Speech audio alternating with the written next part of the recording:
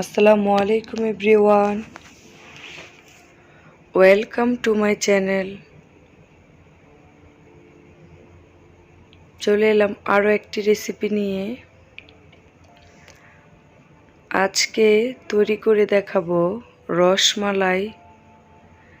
কিভাবে খুব সহজে রসমালাই তৈরি করতে পারবেন এবং মিষ্টির জন্য পারফেক্টভাবে ছানা তৈরি করতে হয়, আজকের ভিডিওতে দেখাবো। এর জন্য এখানে আমি 2 কেজির মতো দুধ নিয়েছি। এবার এখানে অল্প পরিমাণে একটু ভিনেগার দিয়ে দিচ্ছি। এই দুধ থেকে আমি ছানা কেটে নিব রসমালাইয়ের ছোট ছোট মিষ্টি তৈরি করার জন্য। এবার অপেক্ষা করব বলক ওঠা পর্যন্ত। দেখতেই পাচ্ছেন বলক উঠে গেছে আর অলরেডি দুধে ছানাও কাটতে শুরু করেছে। এবার আরও কিছুক্ষণ জাল করে নেব।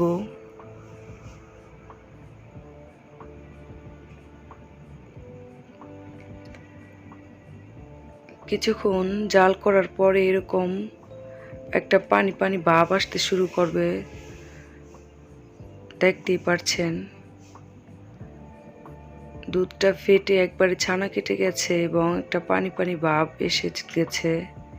এই পর্যায়ে আমি এখন চুলা থেকে নামিয়ে একটা সুতি কাপড়ের সাহায্যে পানিগুলো ছেঁকে নেব।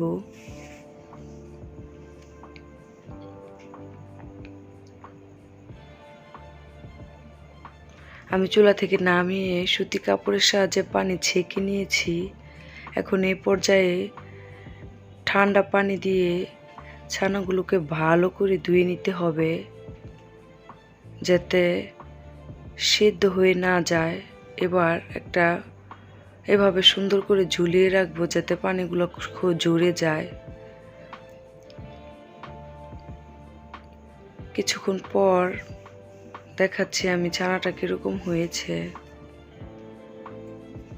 দেখতেই পাচ্ছেন কতটা সফট হয়েছে। এবার এই ছানাগুলোকে হাত দিয়ে মুথে একটা সফট ডোয়ের মতো বানিয়ে নিব।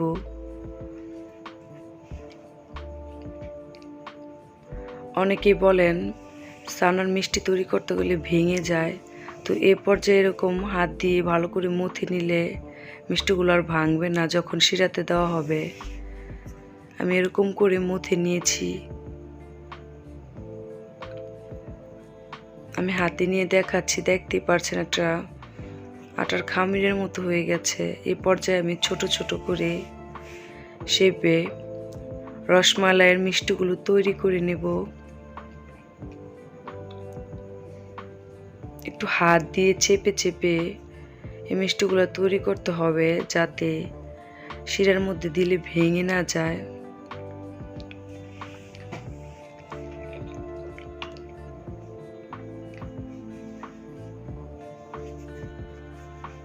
দেখতে পাচ্ছেন আমি এরকম করে তৈরি করে নিয়েছি। আপনাদের সুবিধার্থে আমি আরও একটা তৈরি করে দেখাচ্ছি।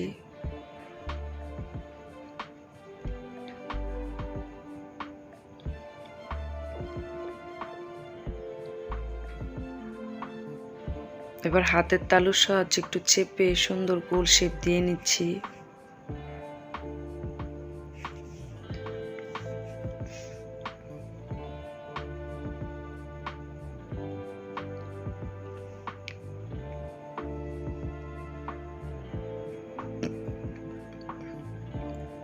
এই সেম প্রসেসে আমি সবগুলো মিষ্টি তৈরি করে নিয়েছি।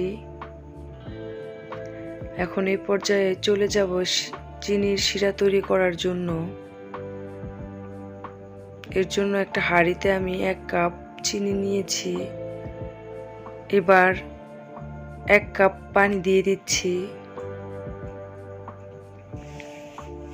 নেড়ে চেড়ে ভালো করে চিনিগুলোকে গলিয়ে নিব এবং একটা পাতলা শিরা তৈরি করে নিব।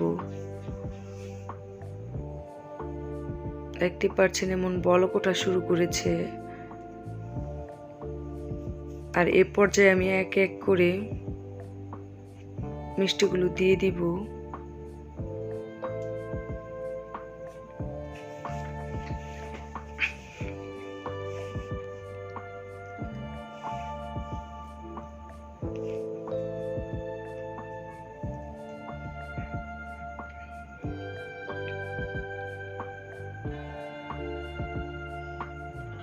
সবগুলো মিষ্টি দেওয়া হয়ে গেছে। এবার 5 থেকে 7 মিনিটের মতো একটু জাল করে নিব। এ পর্যায়ে চুলার আঁচটাকে মিডিয়াম রেখে জাল করব, এতে করে মিষ্টিগুলো ভাঙবে না। কিছুক্ষণ জাল করে নিয়েছি, দেখতেই পাচ্ছেন মিষ্টিগুলো ডাবল হয়ে গেছে। এবার চুলা থেকে নামিয়ে একটা সাইডে রেখে দিয়েছি। আর এখানে আমি রসমালাইয়ের মালাইটা তৈরি করার জন্য 1.5 কেজির মতো দুধ নিয়েছি, তরল দুধ। আপনারা চাইলে এটা গুঁড়ো দুধও করতে পারেন। আমি এখানে হাফ কাপ গুঁড়ো দুধ দিয়ে দিচ্ছি। এটা অপশনাল, হাতের কাছে থাকলে দিতে পারেন, আবার চাইলে স্কিপ করতে পারেন। এবার নেড়ে চেড়ে চুলার আঁচটাকে মিডিয়াম লো ফ্লেমে রেখে একটু জাল করব, যাতে উপরে একটা সর পড়ে। যেহেতু আমি রসমালাই তৈরি করব, দেখতে পাচ্ছেন এরকম করে জাল করে নিব, যাতে মালাই তৈরি হয়ে যায়। এর জন্য 2 থেকে 3 বারের মতো আমি এরকম সর তৈরি করে নিব।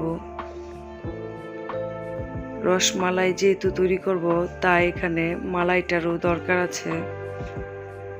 2 থেকে 3 বার এরকম সর তুলে নিয়েছি। আর দুধটা অনেক ঘন হয়ে গেছে। এবার চুলা থেকে নামিয়ে আমি একটা সাইডে একটু রেখে দিব। আর এখানে আমি সামান্য পরিমাণে একটু চিনি নিয়েছি। এবার আমি ক্যারামেল তৈরি করে নিব রসমালাইয়ের কালারটার জন্য। আপনারা চাইলে এটা দিতেও পারেন, না চাইলে স্কিপ করতে পারেন, তবে আমার কাছে এর কালারটা খুব ভালো লাগে। কিছুক্ষণ জাল করার পরে দেখতে পাচ্ছেন এরকম ব্রাউন হতে শুরু করেছে। আর এই ক্যারামেলটা চুলার আঁচটা লো ফ্লেমে রেখে করতে হবে, যাতে চিনিগুলো পুড়ে না যায়।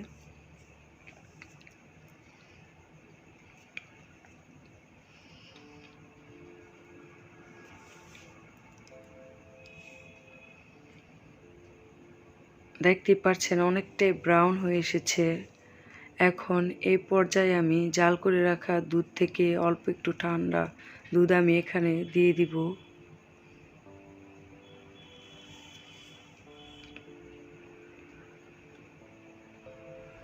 এখন নেড়েচেড়ে মিশিয়ে নিচ্ছি। আর চুলা থেকে নামিয়ে নিচ্ছি।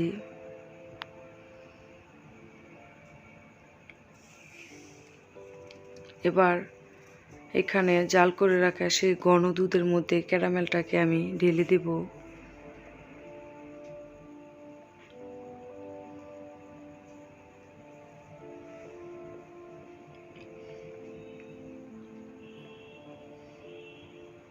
এবার নেড়েচেড়ে মিশিয়ে নিচ্ছি এবং চুলাতে আবার বসিয়ে দিব।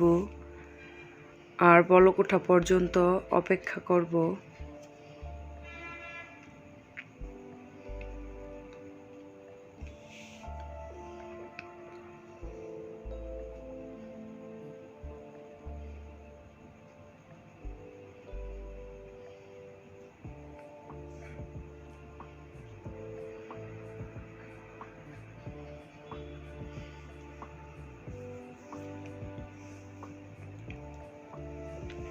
দেখতে পাচ্ছেন বলক উঠতে শুরু করেছে। আর এখনই আমি শিরা থেকে মিষ্টিগুলোকে তুলে নিব।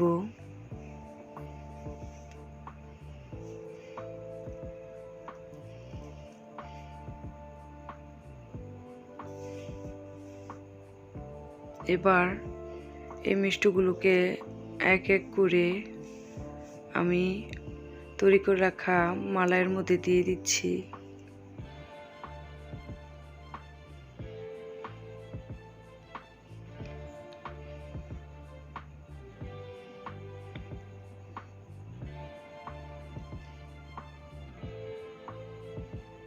এ পর্যায়ে চুলার আঁচটাকে লো ফ্লেমে রেখে জাল করতে হবে।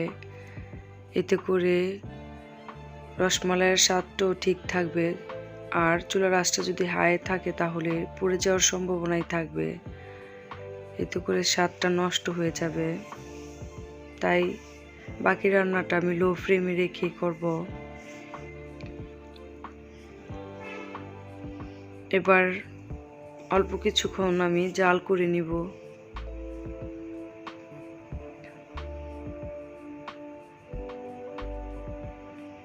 দেখতে পাচ্ছেন অনেকটাই ঘন হয়ে এসেছে। এবার আমি চুলাটা বন্ধ করে নিভিয়ে দিচ্ছি।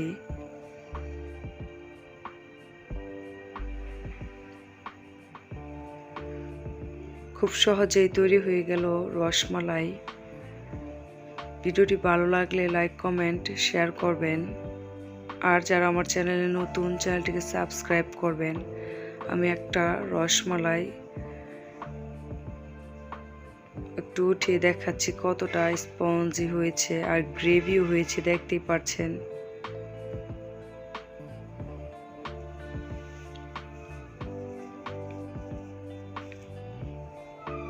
দেখুন অনেকটা স্পঞ্জ হয়েছে, সফট হয়েছে মিষ্টিগুলা। আপনারা অবশ্যই একবার বাসায় ট্রাই করে দেখবেন।